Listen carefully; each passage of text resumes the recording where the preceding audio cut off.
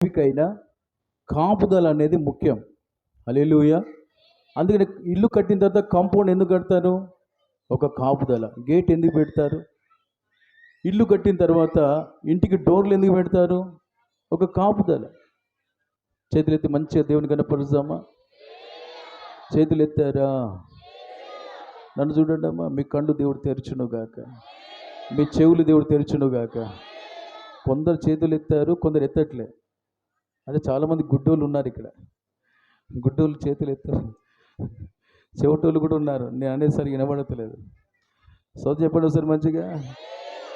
మీరు ఎంత ఎత్తితే నా దేవుడు అంత ఎత్తుకుంటాడు మిమ్మల్ని. మంచిగా ఎత్తండి. హల్లెలూయా. పిల్లలకు మనం ఇష్టంగా ఉన్నామనుకో, వారికి అన్నీ పెట్టామనుకో, ఇచ్చామనుకో, ఒరే రారా అనగానే వారి చేతులు మంచిగా ఇట్లా ఎత్తుతాడు. హల్లెలూయా. ఫుల్గా ఎత్తితే మనం ఫుల్గా హ్యాపీతో వాళ్ళు తీసుకొని కౌగిలించుకొని ఒడిలో ఎత్తుకొని సంతోషపడి ముద్దాడుతాం. స్తోత్రం చెప్పండి. యేసయ్య మనల్ని అలాగున ముద్దాడునుగాక. మీరు ఇది ఎత్తిననుకో, ఇష్టం లేదు కావచ్చు, దేవుడు అనుకుంటాడు ఈ బిడ్డకు నేనంటే ఇష్టం లేదు కావచ్చు, ఇంతే ఎత్తింది, ఇంతే. నా దేవుడు నన్ను ఎత్తుకోవాలన్నవారు, నన్ను ముద్దాడాలి అన్నవారు అంత చేతులు మంచిగా ఎత్తండి. ఎత్తలేదా? ఈ అమ్మ ఎవరో ఎత్తలేదు. జోసఫ్ కూడా చేతులు ఎత్తట్లేదు. రాజ్ కుమార్ కూడా చేతులు ఎత్తట్లేదు. మంచిగా ఎత్తాలి. మన పిల్లలకి ఇట్లే ఉంటే, వీడికి ఇష్టం లేదు, వీడికి కష్టంగా అంటే, అందుకని వాడిని ఎత్తుకోమనే మనసు వస్తుంది, ఎత్తుకోవద్దని. దేవుడు కూడా అంతే, మంచిగా ఎత్తండి. అసలు నాకు చూడాలని ఆశ. మీరు ఎంత దేవుడు అంటే మీకు ఎంత ఇష్టమో. మీరు చూడు ఎట్లా ఎత్తండి. ఎత్తారు అందరూ? రోజు ఎత్తితే అది తెలియదు, అన్నీ పట్టుకుంటాయి, అన్నీ చెయ్యి లోపల అన్నీ పట్టుకుంటాయి. రోజు ఎత్తాలి, నన్ను ఎత్తుకో అయ్యా అని. ఫ్రీ అవుతుంది. ఇట్లా ఎందుకు పట్టుకున్నాయంటే నువ్వు ఆయన అంటే నీకు ఇష్టం లేదని అర్థం. అవునా కదా? కొందరు అంటారు నరాలు పట్టుకున్నాయి నొప్పులు. కాదు, అదంతా అబద్ధం. సోదం చెప్పండి. నీ చేతులు ఎవరికో ఇస్తున్నావు. హల్లెలూయా. చెప్పండి. ఇప్పుడు ఇల్లు కట్టిన తర్వాత మందిరం కానీ ఫ్యాక్టరీ కానీ ఏదైనా సరే కాపుదల కొరకు డోర్లు పెడతారు, గేట్లు పెడతారు, కాంపౌండ్, ఇంకా రకరకాల సెక్యూరిటీ అనేది ఉంటుంది కాపాడడానికి. హల్లెలూయా. రక్షణ, కాపుదల, రక్షణ. దేవునికి స్తోత్రం. అంటే శిక్ష పడకుండా రక్షణ. ఆమెను చెప్పండి. ఒక వ్యక్తికి దైవ జ్ఞానం లేకుంటే కాపుదల ఉండదు. ఈ దినాన సంఘానికి కాపుదల కావాలి, సంఘానికి రక్షణ కావాలి. కాపుదల, రక్షణ. కట్టబడాలి, కాపాడబడాలి. ఆమెను చెప్పండి. ఇల్లు ఒక వ్యక్తి కట్టితే అది కాపాడబడితేనే ఆ వ్యక్తికి ఉపయోగపడుతుంది. ఆమెను చెప్పండి. ఒక దినం సంపాదన ఒక 1000 రూపాయలు వస్తే ఆ 1000 రూపాయలు కష్టపడ్డవి చేతిలో ఉంటేనే అవి ఉపయోగపడతాయి. అవి పోగొట్టుకుంటే ఉపయోగపడవు. చూడండి, ఇక్కడ జ్ఞానాన్ని విడవక ఉండిన ఎడల అది నిన్ను కాపాడుతుంది. దాన్ని ప్రేమిస్తే అది నిన్ను రక్షిస్తుంది. నిన్ను అనే దగ్గర మీ పేర్లు పెట్టుకొని చదవండి ఒకసారి. నేను చదువుతాను మీకు మాదిరిగా, మీరు కూడా చదువుకోండి. మీరు కాపాడబడుదురుగాక, మీరు రక్షించబడుదురుగాక. అందరూ ఆమె చెప్పండి. జ్ఞానమును విడవక ఇండున ఎడల అది దానియేలు అను నన్ను కాపాడును. నీ పేరు దానియేలు కాదు, నీ పేరు నీకున్నది, చదువుకో. హల్లెలూయా. నీ పేరు ఏంటమ్మా? మేరమ్మ అని నన్ను అనాలి. నీ పేరు నువ్వు లుదియమ్మ చదువుతున్నావా? సూసన్ చదువుతున్నావా? మీ పేరు పెట్టుకొని చదువుకోండి. దేవుడు ఇప్పుడే ఒక ద్వారం మనందరి కొరకు తెరవబోతున్నాడు.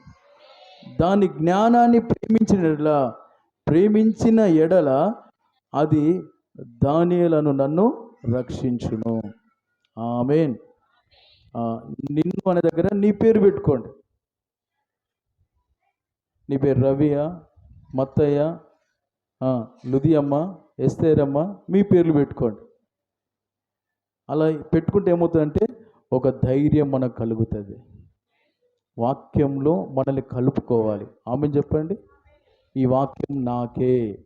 చెప్పండి, ఈ వాక్యం ప్లేట్లో పెట్టిన అన్నం పక్కోళ్ళకి కాదు. చదువు చెప్పండి. మన ముందు ప్లేట్ పెట్టారు అనుకోండి అన్నం, పక్కోడు వచ్చి తీసుకుంటే ఏం చేస్తాం? ఏ నాదిరా, నా కడుపు ఎవరు చూస్తారా అంటారు. మరి వాక్యం దగ్గరికి వస్తే నాకు కాదంటే చాలా ప్రమాదం. ఈ వాక్యం నాకు కాదు అంటే చాలా మనకు ప్రమాదం. సోది చెప్పండి. జ్ఞానమును విడువక ఉండునేలా అది నిన్ను కాపాడుతుంది, ప్రేమిస్తే రక్షిస్తుంది. విడువక అంటే ఎప్పుడు విడుస్తాం? ఈ వస్తువును ఎప్పుడు విడుస్తామంటే శ్రద్ధ లేకుంటే విడిస్తే కింద పడిపోతుంది. అందరి వైపు చూడండి, అందరి వైపు సోది చెప్పేస్తారు గట్టిగా, ఇంకా హుషారుగా. ఇప్పుడు ఇది జ్ఞానం అనుకోండి, ఈ పెన్లు ఉన్నాయి, ఉపయోగపడతాయి.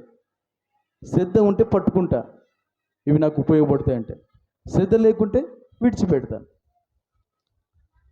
అదే దీన్ని ప్రేమిస్తే నా దగ్గర ఉంటుంది, ప్రేమించుకుంటే దూరంగా ఉంటుంది. అలాగనే దేవుని జ్ఞానం కూడా మనం పట్టుకుంటేనే మన దగ్గర ఉంటుంది. రెండోది, మనం ప్రేమిస్తేనే అది మన దగ్గర, మన హృదయంలో ఉంటుంది. హల్లెలూయా, దేవునికే మహిమ కలుగునుగాక. చూడండి, ఈ జ్ఞానాన్ని విడవక ప్రేమించాలి. అప్పుడే దేవుని కాపుదల, దేవుని రక్షణ మనకుంటుంది. సాతాను చేతిలో పడము. రెండవదిగా, శిక్ష మనకు రాదు. చప్పలు కొడుతూ యేసయ్య స్తోత్రం అని చెప్పండి. హల్లెలూయా, హల్లెలూయా. దేవునికే మహిమ కలుగునుగాక, దేవునికే మహిమ కలుగునుగాక, దేవునికే మహిమ కలుగునుగాక. మనల్ని దేవుడు కాపాడునుగాక, దేవుడు మనం రక్షించునుగాక. మనం అలాగున జ్ఞానాన్ని విడవక మనం గట్టిగా పట్టుకొని మనం ప్రేమించి ఆ జ్ఞానాన్ని ద్వారా మనం ప్రభు కొరకు నిలబడుదుముగాక. ఆమేన్ చెప్పండి. జ్ఞానం అంటే దాంట్లో ఒక 7 అనుభవాలు ఉంటాయి. 7 అనుభవాలు చూడండి. యాకోబు పత్రిక మొదటి 3వ అధ్యాయం 17వ వచనం చదవండి.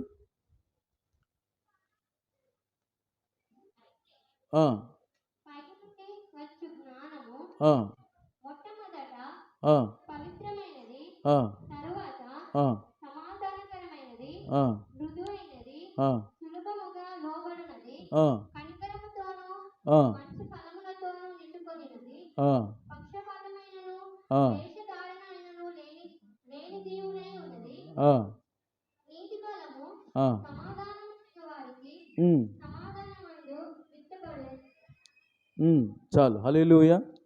అక్కడ ఎన్ని ఉన్నాయి? అక్కడ ఎన్ని ఉన్నాయి? 7 ఉంటాయి.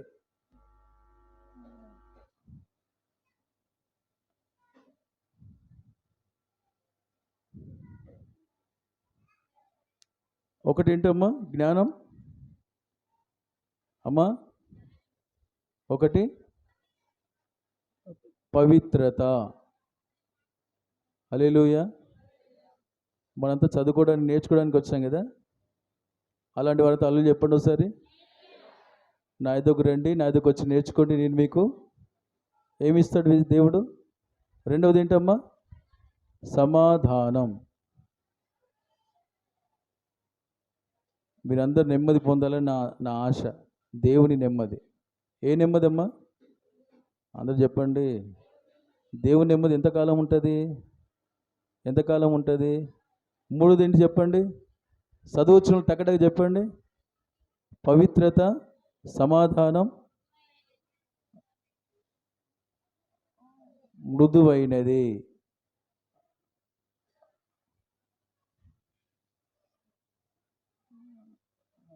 నాలుగోది అమ్మా, సులభంగా లోబడుతుంది. ఎట్లా ఉంటుందంట? ఎట్లా లోబడుతుంది? సులభంగా లోబడును. ఆమెను చెప్పండి. ఇంకా 5వది కనికరముతో మంచి ఫలాలు. కనికరము,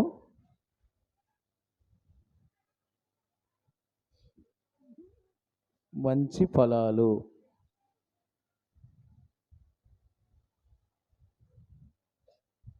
మంచి ఫలములు. ఇంకా ఇంకా అమ్మా, పక్షపాతం లేదు.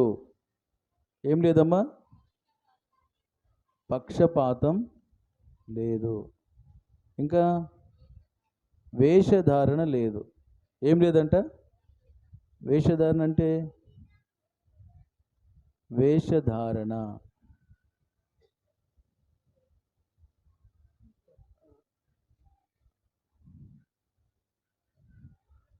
వేషధారణ లేదు. స్తోత్రం ఎప్పుడు వస్తారు గట్టిగా? నిద్రపోయేవారు ఎట్లాగో హల్లెలూయా చెప్పరు, వినేవారు మంచిగా చెప్పండి హల్లెలూయా, హల్లెలూయా.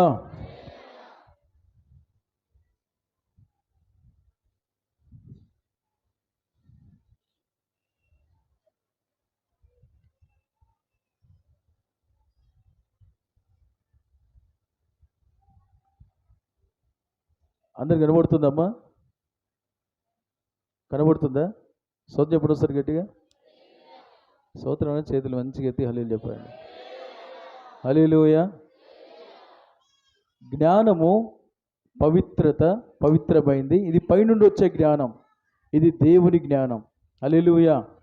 ఒకటి పవిత్రం, రెండవది సమాధానం, మూడవది మృదువైంది, సులభంగా లోబడుతుంది, కనికరము, పక్షపాతం లేదు, వేషధారణ లేదు. హల్లెలూయా. ఇప్పుడు మరి అజ్ఞానంలో ఏముంది? దీన్ని విడిచిపెట్టామనుకోండి, ఈ జ్ఞానాన్ని విడిచిపెడితే మనలో పవిత్రత ఉండదు, సమాధానం ఉండదు, మృదువుగా ఉండము, సులభంగా లోబడము, కనికరం మంచి ఫలాలు ఉండవు, పక్షపాతము ఉంటుంది.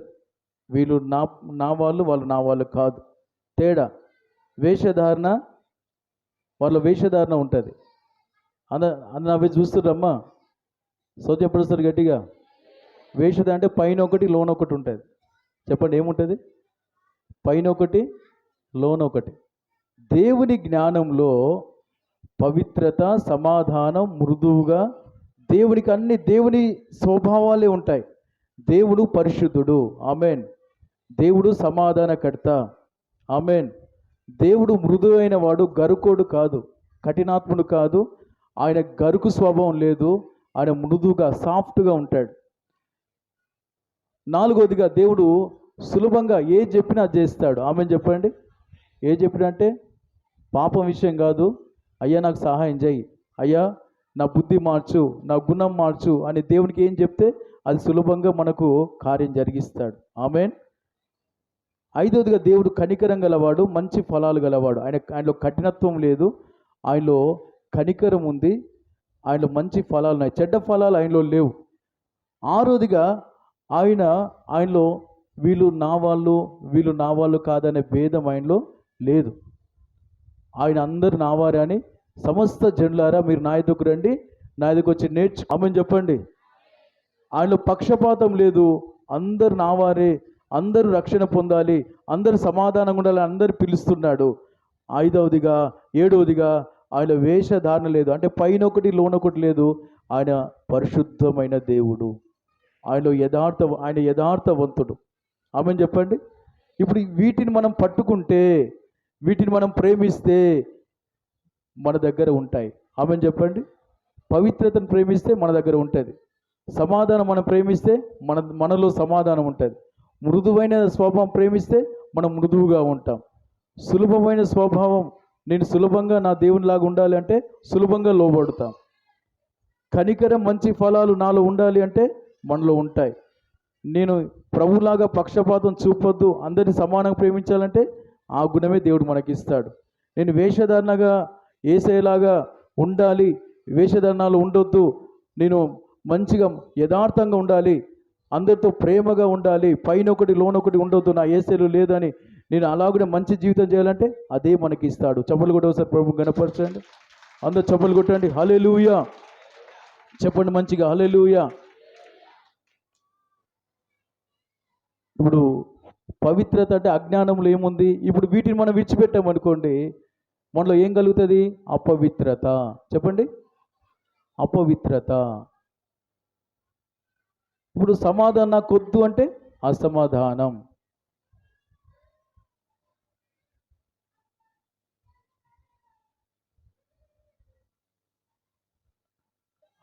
నాకు మృదువుగా నేను ఉండొద్దు అంటే మనం ఎలా ఉంటాం? గరుకుగా ఉంటాం. గరుకుగా ఉంటే ముట్టుకుంటామా?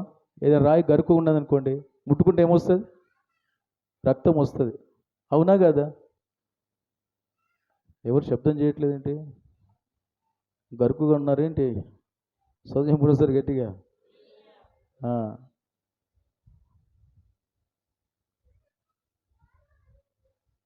జ్ఞానాన్ని విడువక ఉంటే అది మనల్ని కాపాడుతుంది.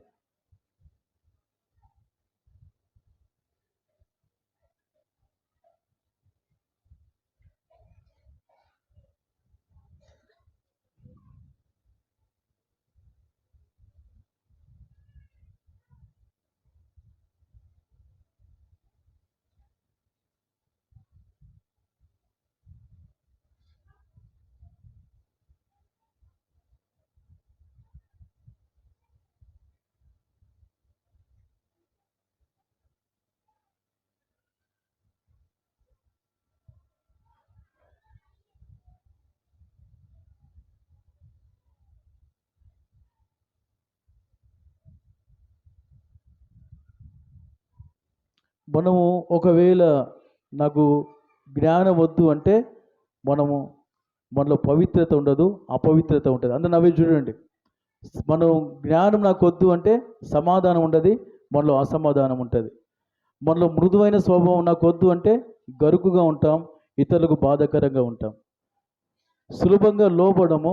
నాకు జ్ఞానం వద్దు అంటే ఏసై మనసు ఉండదు, మనము ఎవరి విషయంలో తగ్గించుకోము, సులభంగా లోబడము, మన ఇష్టం వచ్చే వారికి లోబడతాం. జ్ఞానం నాకు వద్దు అంటే కనికరం, మనలో మంచి ఫలాలు ఉండవు, మనలో కఠినం ఉంటుంది, చెడ్డ ఫలాలు ఉంటాయి. చెడ్డ ఫలాలు, కఠినం, కోపం, పాప స్వభావాలు అన్నీ ఉంటాయి. నాకు జ్ఞానం వద్దు అంటే మనలో అందరినీ సమానంగా చూడము, ఒకరిని ఒకలాగా చూస్తాం. 7వది వేషధారణ. నాకు జ్ఞానం వద్దంటే మనం యథార్థంగా ఉండము, వేషధారణ. ఊసరవెల్లి అంటారుగా, ఏమంటారు? ఊసరవెల్లి రంగులు మారుస్తూ ఉంటుంది, అమ్మ అందరు చూడండి. దేవునికి మహిమ కలుగునుగాక. ఇక్కడ ఒక రంగు, అక్కడ ఒక రంగు, ఫంక్షన్లో ఒక రంగు, ఇంట్లో ఒక రంగు, స్నేహితుల మధ్యలో ఒక రంగు. సౌద్యపడుస్తారు గట్టిగా. హల్లెలూయా. ఎప్పుడైతే ఈ జ్ఞానాన్ని మనం పక్కన పెడతామో ఈ అజ్ఞానం అంతా మనలోకి వచ్చేస్తుంది. మంచోడిని దూరం పెడితే ఎవరు వస్తారు? చెడ్డోడు ఉన్నాడని అర్థం, గుర్తుపెట్టుకోవాలి. అది దేవుని మనం పక్కన పెట్టామనుకోండి, ఇవన్నీ మన దగ్గరికి వస్తాయి. అసలు ఇది పక్కన పెట్టడానికి కారణమే ఈ అజ్ఞానం దగ్గరికి వచ్చిందని అర్థం. మనం ఈ ఇద్దరి మధ్య ఉన్నాం. ఒకటి దేవుడు, రెండవది మన సొంత జ్ఞానం, మన స్వయం. బైబిల్లో యాకోబు జ్ఞానంగా ప్రవర్తించాడు, ఏశావు జ్ఞానంగా ప్రవర్తించలే. బైబిల్ ఏం చెప్తుంది? జ్ఞానం గలవాడు సమయాన్ని సద్వినియోగం చేసుకుంటాడు. అవునా కదా? చెప్పండి. జ్ఞానం గలవాడు, పిల్లలు చక్కగా స్కూల్కి అటెండ్ అవుతారు.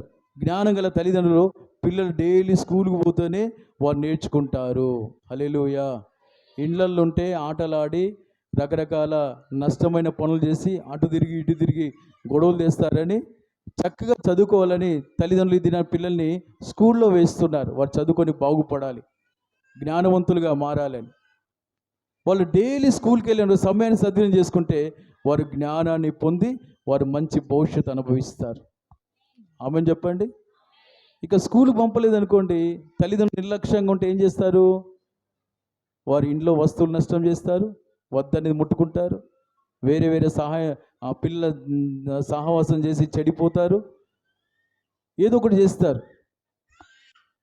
జ్ఞానవంతులు సమయాన్ని సద్వినియోగం చేసుకొని పవిత్రంగా, సమాధానంగా, మృదువుగా, సులభంగా లోబడి కనికర మంచి ఫలాలు కలిగి యేసయ్య మనసు కలిగి సమానంగా అందరిని చూస్తూ ఆమె చెప్పండి. అంటే సమానంగా అంటే మళ్ళీ ఇక్కడ వేరేది ఒక్కటికి వస్తుంది. పాపులను మనం సమానంగా చూడొద్దు. మంచోళ్ళు ఉంటారు, పరిశుద్ధ జీవితం చేసేవాళ్ళు. ఆమెను చెప్పండి, ఆమెను చెప్పండి. తాగుబోతోడు కూడా మంచోడే అని ఆ తాగుబోతోని కూడా పక్కన పెట్టుకొని ఉండకూడదు. ఎవరిని ఎక్కడ పెట్టాలో అక్కడ పెట్టాలి. ఆమెను చెప్పండి. దేవునికి లోబడే వాళ్ళ విషయంలోనే మనం సమానత్వం చూపించాలి. ఆమెనన్నారా?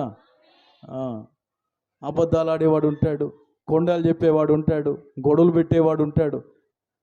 వాళ్ళు మనం సమానంగా చూడొద్దు. వేషధారణ జీవితం చెప్పండి ఏంటది?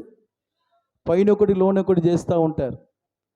వీళ్ళ విషయంలో జాగ్రత్త ఉండాలి. మన వేషధారణతో ఉండకూడదు, మన యేసులాగా మారాలి. యాకోబు ఇవన్నీ జ్ఞానంగా ప్రవర్తించి సమయాన్ని సద్వినియోగం చేసుకొని ఇవన్నీ దేవునికి చూపించాడు. ఇవన్నీ స్వభావాలు దేవుని దగ్గర పొందాడు. ఏశావు ఉన్నాడు, చెప్పండి ఎవరైనా.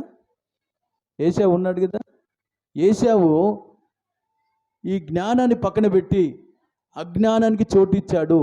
అపవిత్రుడిగా ఉండి అసమాధానం, తమ్మునితో అసమాధానంగా ఉండి గరుకుగా కదిలిస్తే బాధకరంగా ప్రవర్తిస్తాడు. 400 మందితో చంపడానికి ఒక గ్రూప్ మెయింటైన్ చేస్తున్నాడు. ఏంటది? మాట్లాడండి. గ్రూప్ అనండి. ఏశావు గ్రూప్ ఎంతమంది? ఎంతమంది? మీకు కూడా వ్యతిరేకంగా ఉంటారు. మంచిగా ఉండే వాళ్ళకి శత్రువులు బాగుంటారు, గుర్తుపెట్టుకోండి. సోతి చెప్పండి. మంచిగా బతికేటోళ్ళకి శత్రువులు బాగా అవుతారు. అవునా కదా? నాకు శత్రువే లేడన్నవారు ఒక సెలవు చెప్పండి. అంటే నువ్వు సోతి చెప్పండి. ఏసైకి లోకంలో శత్రువులు ఉన్నారా లేదా? అందుకని చంపారు. మంచి మంచి సేవకులు చంపబడుతున్నారు. ఎందుకు? ఉన్న మాట ఉంటే చెప్తే ఊళ్ళో ఉండనివ్వరంట. ఉన్న మాట ఉన్నట్టుగా చెప్తే ఊళ్ళో ఉండనివ్వాలంట. ఏశావు 400 మందిని మెయింటైన్ చేస్తున్నాడు. 400 మంది గ్రూప్. మా తమ్ముడు ఎక్కడ పడితే అక్కడ అటాక్ చేయండి, వాడు బతుకొద్దు. గరుకు, వాడు లోబడడు, దేవునికి లోబడడు. కఠినం, చెడ్డ ఫలాలు, పక్షపాతం, వేషధారణ. పైకి దేవుని బిడ్డే కానీ లోపలంతా కపటమే, లోపలంతా పగ, ద్వేషాలు, కక్షలే. మీరందరూ వినాలి ఈ దినాన. సోదరు చెప్పడం సార్ గట్టిగా. యాకోబు జ్ఞానాన్ని పట్టుకున్నాడు. చెప్పండి, జ్ఞానాన్ని పట్టుకున్నాడు, జ్ఞానాన్ని ప్రేమించాడు గనుక యాకోబును దేవుడు కాపాడినాడు, ఇశ్రాయేలుగా మార్చాడు. చెప్పండి, ఎలా మార్చాడు? తర్వాత ఆశీర్వదించాడు. ఆమెను చెప్పండి. ఏశావు ఇశ్రాయేలుగా మార్చబడ్డా? అందరు వింటున్నారా? ఏశావు ఇశ్రాయేలుగా మార్చబడ్డా? మార్చబడలే. భ్రష్టుడు అయిపోయాడు. ఎలా అయ్యాడు? ఒక్క పూట కూటి కొరకు ఏమయ్యాడు? తన జ్యేష్ఠత్వాన్ని అమ్ముకున్నాడు. మీకు చెప్తాను విషయం. అందుకే దేవునికి సమయానికి లోబడడు, కఠినం చూపించాడు, దేవునికి పక్షపాతం, ఇవన్నీ దేవునికి వ్యతిరేకంగా చూపించాడు. అపవిత్రుగా ఉన్నాడు, అసమాధానంగా ఉన్నాడు, దేవుని దృష్టికి గరుకుగా, సులభంగా లోబడక, దేవునికి కఠినంగా, పక్షపాతముగా వేషధారణ జీవితం చేశాడు. ఏశావుకు కాపుదల లేదు, ఆశీర్వాదం లేదు, పైగా భ్రష్టుడైపోయాడు. ఇప్పుడు చెప్పండి, యాకోబును దేవుడు ఎందుకు దీవించాడు, ఏశావుని ఎందుకు దీవించలేదు? చెప్తారా? ఎవరైనా చెప్తారా అమ్మా? మీరు చెప్తే కనుక మీరు ఎట్లున్నారో ఇప్పుడే తెలుస్తుంది.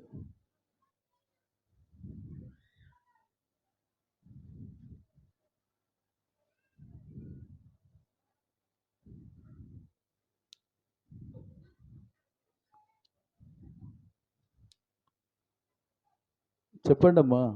ఎవరైనా ఒక్కరు లేరా?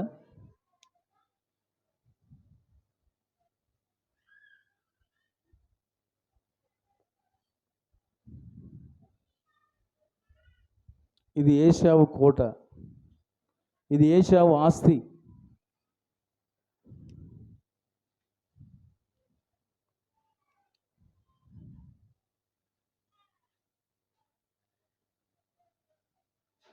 మీకు చెప్తాను, వినడానికి ఎంతమంది సిద్ధంగా ఉన్నారు?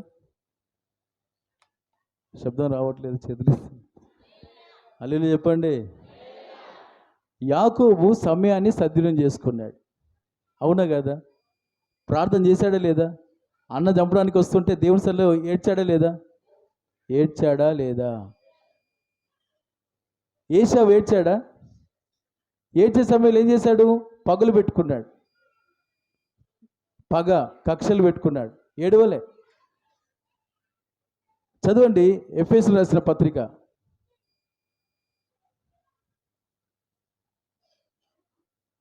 ఫ్యాన్లు అక్కడక్కడ ఆఫ్ చేయండి, టక్కటక్క ఆఫ్ చేయండి బాబు, ఫ్యాన్లు ఆఫ్ చేసే.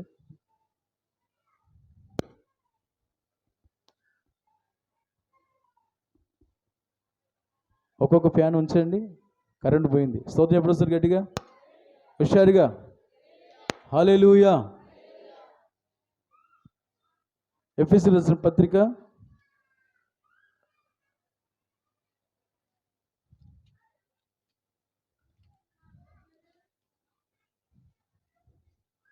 5వ అధ్యాయం 15వ వచనం చదవండి.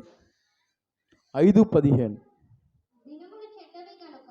అందరు వినాలి. దినములు చెడ్డవి గనుక మీరు సమయమును పోనివ్వక సద్వినియోగం చేసుకొనుచు అజ్ఞానుల వలె కాక జ్ఞానుల వలె నడుచుకున్నట్లు జాగ్రత్తగా చూచుకోండి. ఇవాళ సబ్జెక్ట్ ఏంటంటే జాగ్రత్తగా చూసుకోండి. ఆమె చెప్పండి. ఇప్పుడు యాకోబు సమయాన్ని సద్వినియోగం చేసుకున్నాడా? ఏశావు సద్వినియోగం చేసుకున్నాడా? మొత్తం నోరు తెరవట్లే, గొంతు దాకా వస్తుంది కానీ పైకి రావట్లే. ఏలియా బ్రదర్, మీరందరు నోరు తెరవాలి, సౌతం చెప్పండి. హల్లెలూయా. ఒక కట్టె పట్టుకోవాలి. ఇక పిల్లలు చెప్పకుంటే, సార్ చెప్పింది నేను చెప్పకుంటే అందరి దగ్గరికి అరే ఎందుకు నోరు తెరవట్లని కొడతాడు. ఆమె చెప్పండి. దేవుడు మనల్ని కొట్టకముందే నోరు తెరుచుదుముగాక. దేవుడు మనల్ని కొట్టకముందే నోరు తెరుచుదుముగాక. బ్రదర్స్లో చాలా మంది నోరు తెరవట్లే. రాజయ్య గారు, జాన్ బ్రదర్, చున్నం బట్టి సౌత్ చెప్పండి సార్ గట్టిగా. ఇంకా నోరు తెరవాలి. ఇప్పుడు యాకోబు సమయాన్ని సద్వినియోగం చేసుకున్నాడా? ఏశావు సద్వినియోగం చేసుకున్నాడా? అమ్మా చెప్పాలి సిస్టర్స్. సూసన్ ఇక్కడ పిలుస్తా, మరి మీతో చెప్పిస్తా. సౌత్ చెప్పండి సార్ గట్టిగా. యాకోబు రాత్రంతా భార్య బిడ్డలంతా పక్కన పెట్టేసి నన్ను ఆశీర్వదించాయా, నన్ను ఆశీర్వదించాయా అని ఏడ్చాడు. ఏశావు ఏడ్చాడా? మాట్లాడాలి. ఏశావు ఏడ్చాడా? ఇక్కడ ఎంతమంది ఏడ్చే వాళ్ళు ఉన్నారు? ఎంతమంది దేవునికి దూరంగా ఉన్నారు?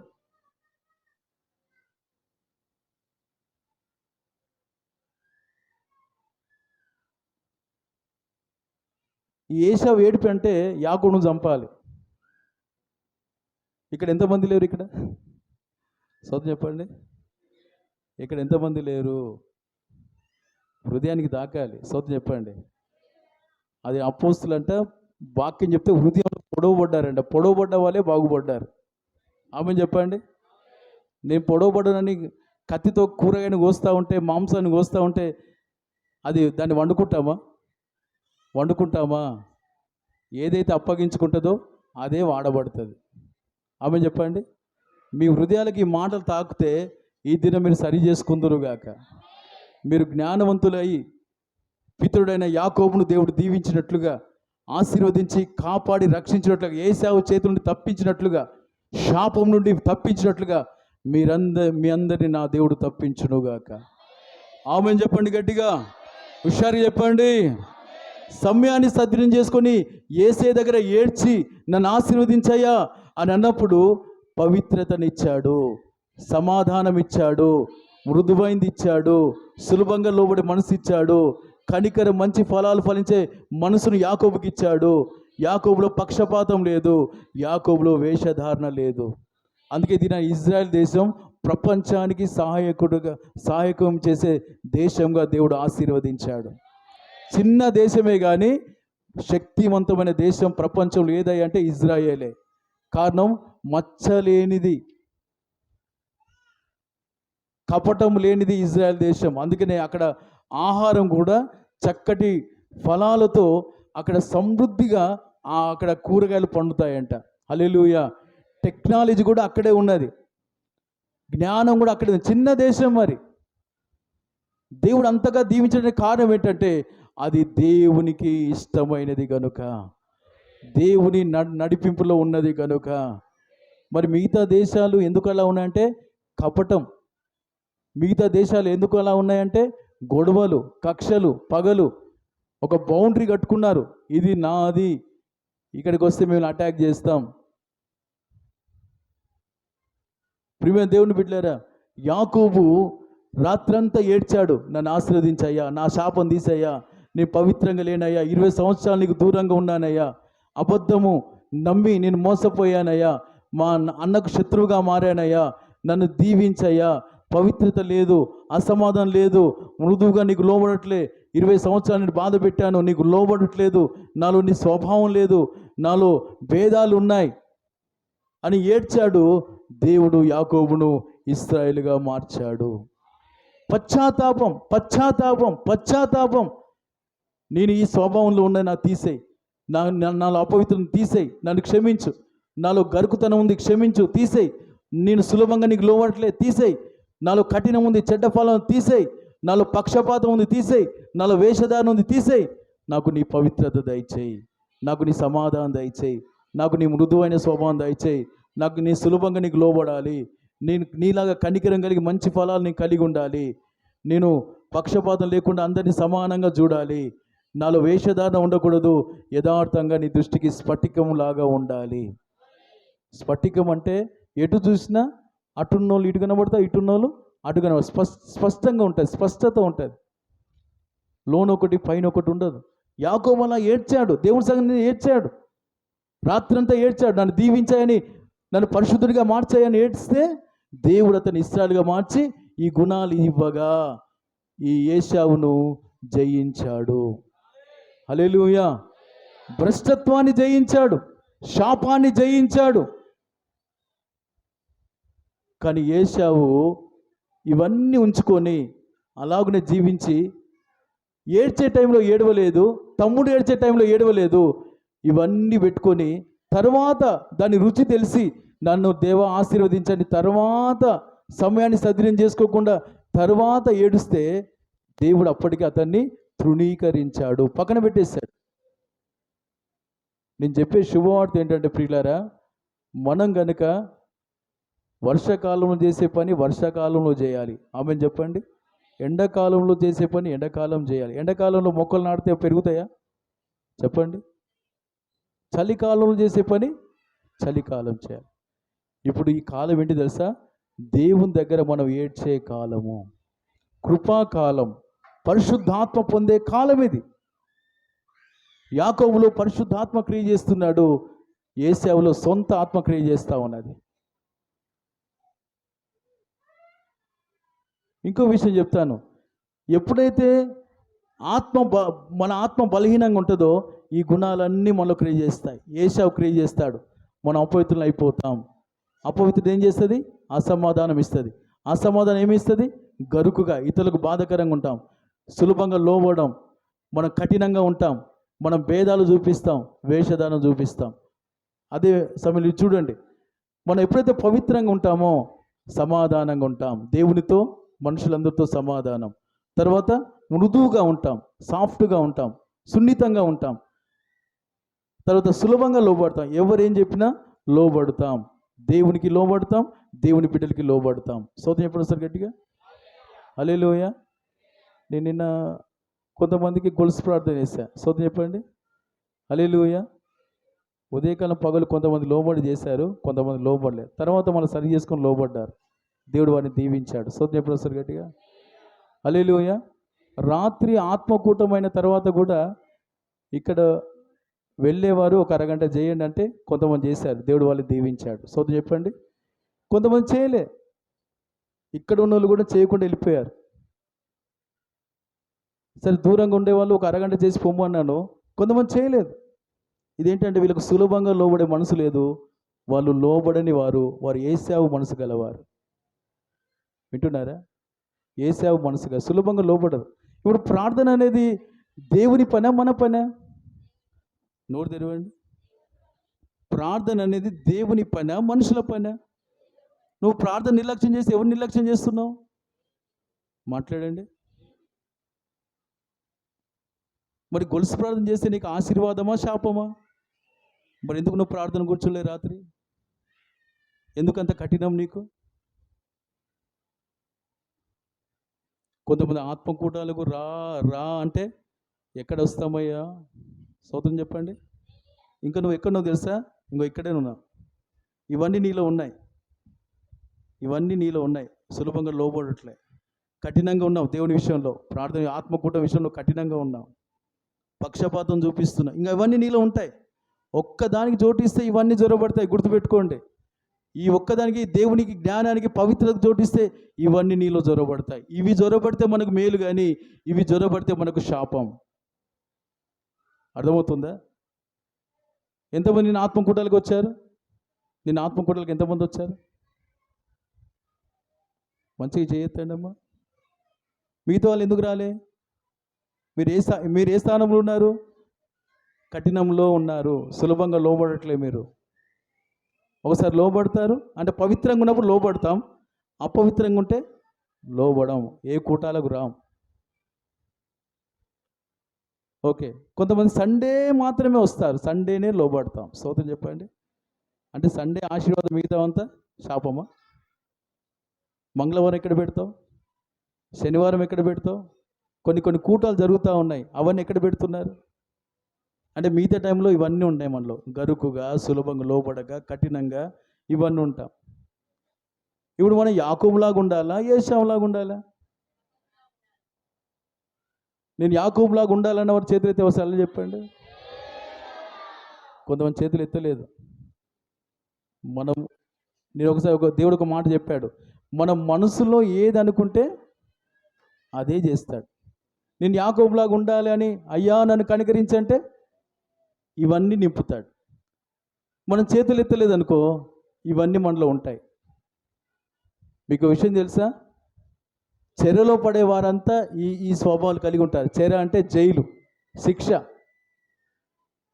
ఇది రక్షణ. ఆమెను చెప్పండి. యాకోబును రక్షించిన దేవుడు మన దేవుడు. ఈ దిన మనం యాకోబు సంతానమా, ఏసావు సంతానమా? యాకోబు సంతానం అంతా చెప్పండి. హల్లెలూయా, హల్లెలూయా. ఏసావు సంతానం వాళ్ళు హల్లెలూయా చెప్పండి. అది ఏసావు సంతానం అంటే శాపం, భ్రష్టత్వం. మీ హృదయాలు నా దేవుడు తెరచునుగాక. అందుకే ఈ బర్రెలతో ఈ పొరపాట్లు పోవాలంటే ఏం చేయాలి? మనము పరిశుద్ధాత్మతో నింపబడాలి. పరిశుద్ధాత్మతో నింపబడితే మనం ఆయన వారిగా మారి ఆయన జ్ఞానాన్ని పొంది, యాకోబు ఎలా ప్రభుసంలో ఏడ్చాడో, నన్ను క్షమించయ్యా, నిన్ను మోసగానయ్యా, నాలో అపవిత్రత ఉంది, నాలో అసమాధానం, నాలో గరుకు ఉంది, నాలో సులభంగా లోబడి ఇవన్నీ నాలో తీసి, ఇదిగో నీ జ్ఞానం గల స్వభావం నాకు దయచేయి అని మనం ఏడిస్తే దేవుడు మనకు ఇవన్నీ కలుగజేస్తాడు. ఇవే మనకు ఆశీర్వాదం, ఇవన్నీ మనకు శాపమే.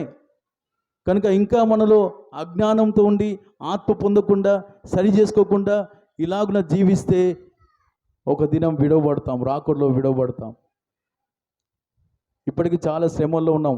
అప్పులు ఎందుకు తీరట్లే అనుకుంటాను మీరు? మీ అప్పులు ఎందుకు తీరట్లేదు తెలుసా? ఇంకా మీరు ఈ స్థితిలో ఉన్నారు. ఇంకా వడ్డీలు, చిట్టీలు, మీ వ్యాపారాలు ఎందుకు జరగట్లేదు అనుకుంటున్నారు? ఇంకా ఈ స్థితిలో ఉన్నారు. మీరు ఏడ్చే స్థితికి రావాలి. నా బుద్ధి మార్చాయా అని యాకోబులాగా ఏడవండి. నీతిమంతుడంట ఆశించింది దొరుకుతుందంట. నీవు ఆశిస్తున్నావు, కానీ ఎందుకు దొరకట్లే? నీకు ప్రార్థన లేదు, నీకు పశ్చాత్తాపం లేదు, నీ హృదయాన్ని సరి చేసుకోవట్లేదు.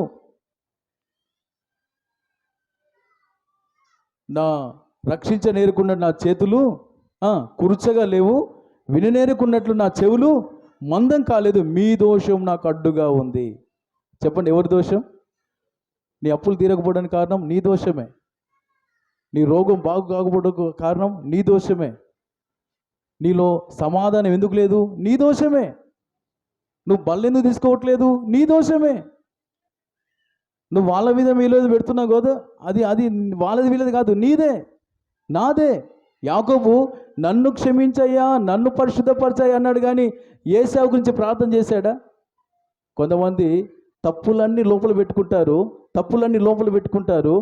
ఇతరుల తప్పుల గురించి ప్రార్థన చేస్తారు. సో చెప్పండి ఒకసారి. అలాంటి వారు కూడా శాపంలో ఉన్నారు. ఇంకా అలాంటి వారు ఎదగట్లే. అది లేదు ఇది లేదు, కదిస్తే నాకు ఏది లేదంటారు. ఎవరు? వాళ్ళ లోపల ఇవన్నీ ఉంటాయి.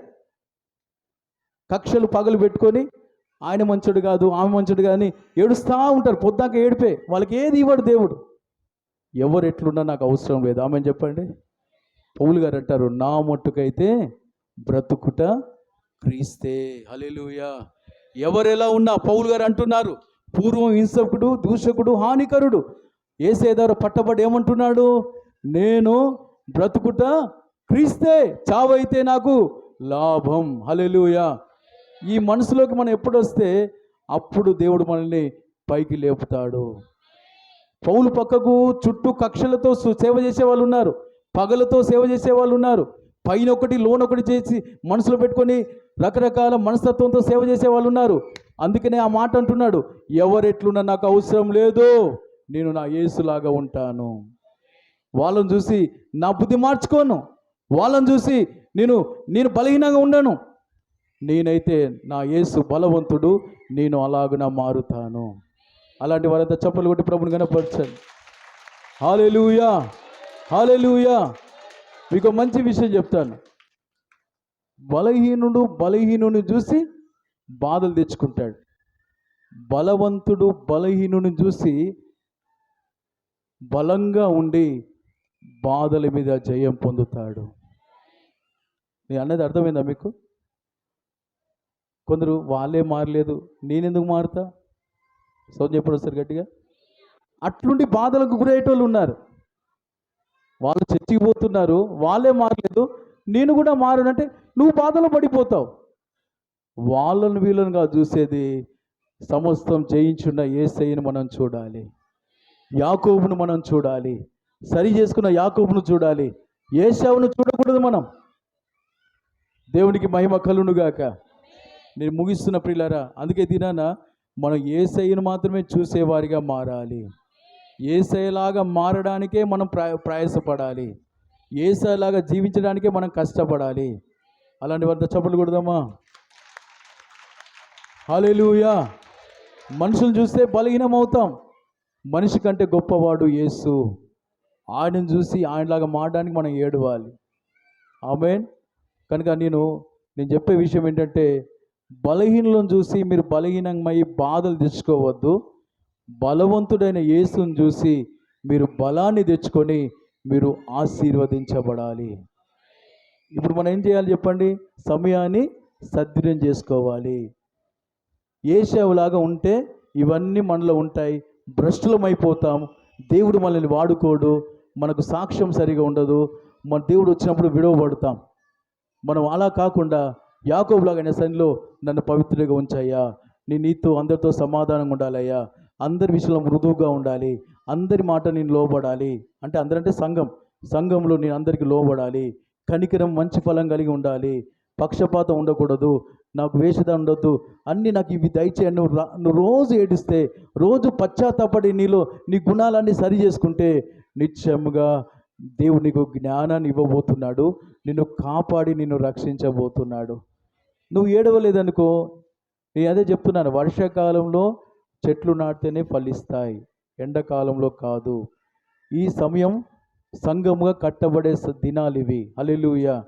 ఈ దినాల్లో మనం ప్రభు దగ్గర ఏడవాలి. ఆమెను చెప్పండి, నాలో నీకు ఇష్టంగా ఏముంది తీసేయి ప్రభా, నేను మాటికి శిక్షకు గురి అవుతున్నా, నీ మాటికి వేదన గురి అవుతున్నా, సంపాదించింది నేను అనుభవించలేకపోతున్నా, 10 రూపాయలు వస్తున్నాయి కానీ ఇంకా 10 రూపాయలు వడ్డీకి తెస్తున్నానయ్యా, అప్పు చేస్తున్నానయ్యా, కారణం నా అజ్ఞానం. తీసేయి, నాలో ఈ అజ్ఞానం తీసేయి, నీ జ్ఞానం నాకు దయచేయి. ఇది ఎవరు ప్రార్థన చేస్తారు? ఇట్లా పరిశుద్ధాత్మ గలవారే ప్రార్థన చేస్తారు. చెప్పండి, ఎవరు ప్రార్థన చేస్తారు? ఇక్కడ అభిషేకం పొందిన వారు ఎంతమంది ఉన్నారు? మీకు ఆత్మ లేదు కనుకనే మీరు ఏడవట్లేదు, ఆత్మ లేదు కనుకనే మీరు లోబడట్లేదు దేవుడికి. అందుకే మీరు అన్ని పోగొట్టుకుంటున్నారు. రెండవదిగా శిక్షలో ఉన్నారు. ఈ దినం మీరు క్షమాపణ అడిగి మీరు ప్రభు దగ్గర నీ జ్ఞానం నాకు కావాలయ్యా, నాకు నీ జ్ఞానం కాపుదలిస్తా. యాకోబును కాపాడినట్లు నన్ను కాపాడుతుంది, యాకోబును రక్షించడం నన్ను రక్షిస్తుంది, నీ జ్ఞానం నాకు దయచేయని ఇదే మీరు ఆత్మ పొంది ఆత్మ ద్వారా మొరపెట్టినట్లయితే నిత్యముగా మీకు నా దేవుడు కాపుదల ఇవ్వబోతున్నాడు. మీరు సంపాదించే సంపాదన కాపుదల ఇవ్వబోతున్నాడు. మీ అప్పులు తీర్చబోతున్నాడు.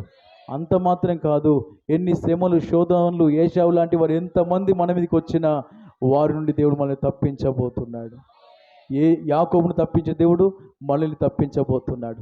దుష్ట మనుషుల చేతిలో పడకుండా తప్పిస్తాడు. నీ ఇంట్లో శ్రమ పడుతున్నావా? నీ ఉన్న ప్రాంతంలో శ్రమ పడుతున్నావా? ఎక్కడెక్కడ నువ్వు నలిగిపోతున్నా, ఎవరి ద్వారా శ్రమ పడుతున్నావు, వారందరి నుండి ప్రభు మనల్ని తప్పించబోతున్నాడు.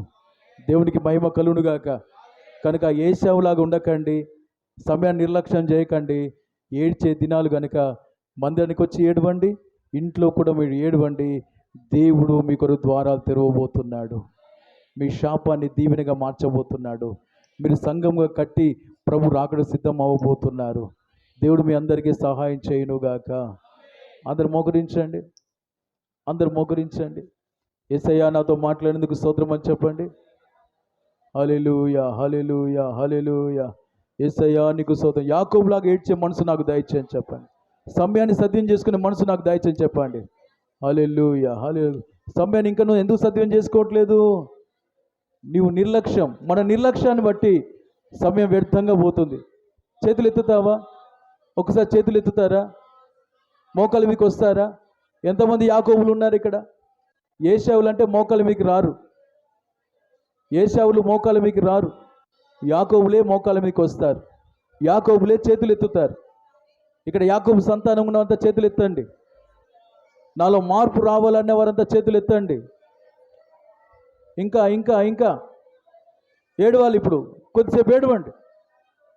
ఇప్పుడు మీకు తెలుసు, మీకు కాపుదల ఉందా, మీకు రక్షణ ఉన్నదా? క్షమించండి, ఏడవండి. అయ్యా, నేను సంపాదించింది నేను నష్టపోతున్నానయ్యా, శిక్షకు గురి అవుతున్నానయ్యా, నన్ను క్షమించు ప్రభువా. నేను ఇంకా అజ్ఞానాన్ని ప్రేమిస్తున్నా, ఇంకా ఏశావులాగానే ఉంటున్నా, నన్ను మార్చు ప్రభువా. చేతులు ఎత్తుతారా? మంచిగా చేతులు ఎత్తుతారా? నిజంగా మీరు ఆసక్తి ఉంటే చేతులు ఎత్తుతారు. నేను మారాలని మీకు వ్యక్తిగత శ్రద్ధ ఉంటే మీరు మోకాళ్ళ మీదకి వస్తారు. శ్రమ పడతారు. బయట శ్రమ పడితే 10 రూపాయలు రావట్లే కదా. మన నిత్యత్వం, నిత్యరాజ్యం, పరలోక రాజ్యం నువ్వు ఎంత శ్రమ పడాలి? నేను ఇంతకుముందు చెప్పాను, చేతులు మంచిగా ఎత్తితే ఎత్తుకుంటాడంట. నువ్వు ఇంత అంటే ఇంతే ఎత్తుకుంటా, ఇంతే పట్టుకుంటాడు. నువ్వు దేవుని విషయం అంతా నిర్లక్ష్యం ఎందుకు నీకు? ఆయన తప్ప నీకు ఇంకా వేరేవారు ఉన్నారా? ఇంకా నేను బాగు చేసేవారు ఉన్నారా?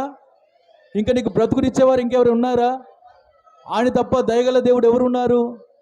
ఆయన తప్ప ఇంకా కనికరం గల దేవుడు ఎవరున్నారు?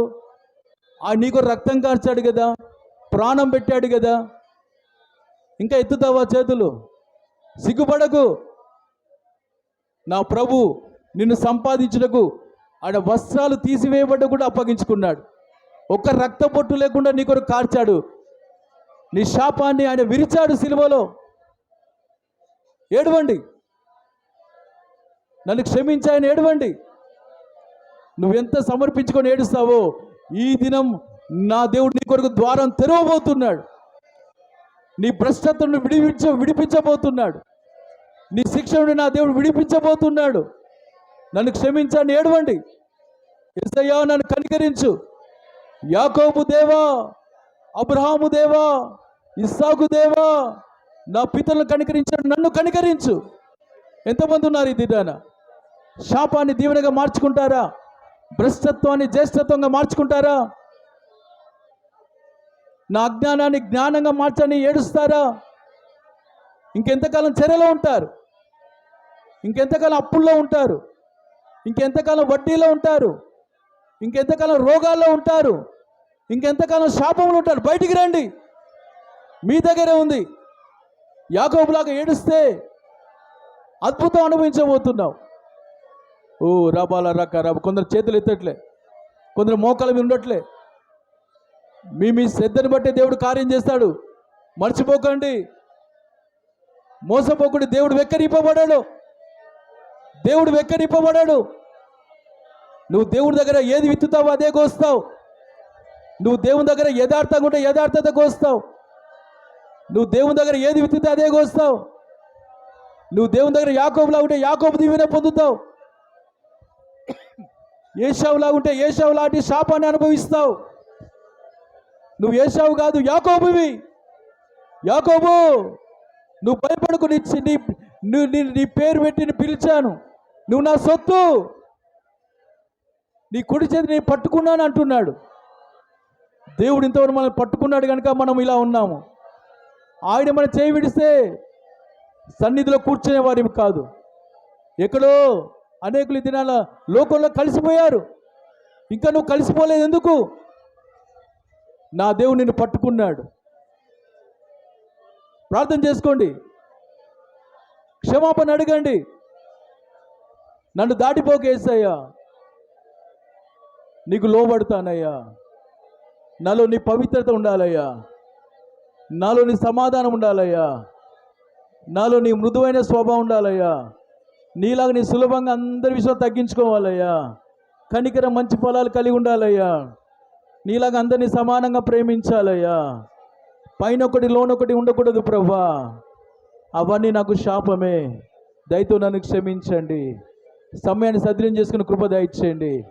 అన్ని కూటాలకు వచ్చే మనసు నాకు దయచేయండి అయ్యా. నీకు లోబడలేకపోతున్నాను, అందుకే నాకు కాపుదల లేదయ్యా.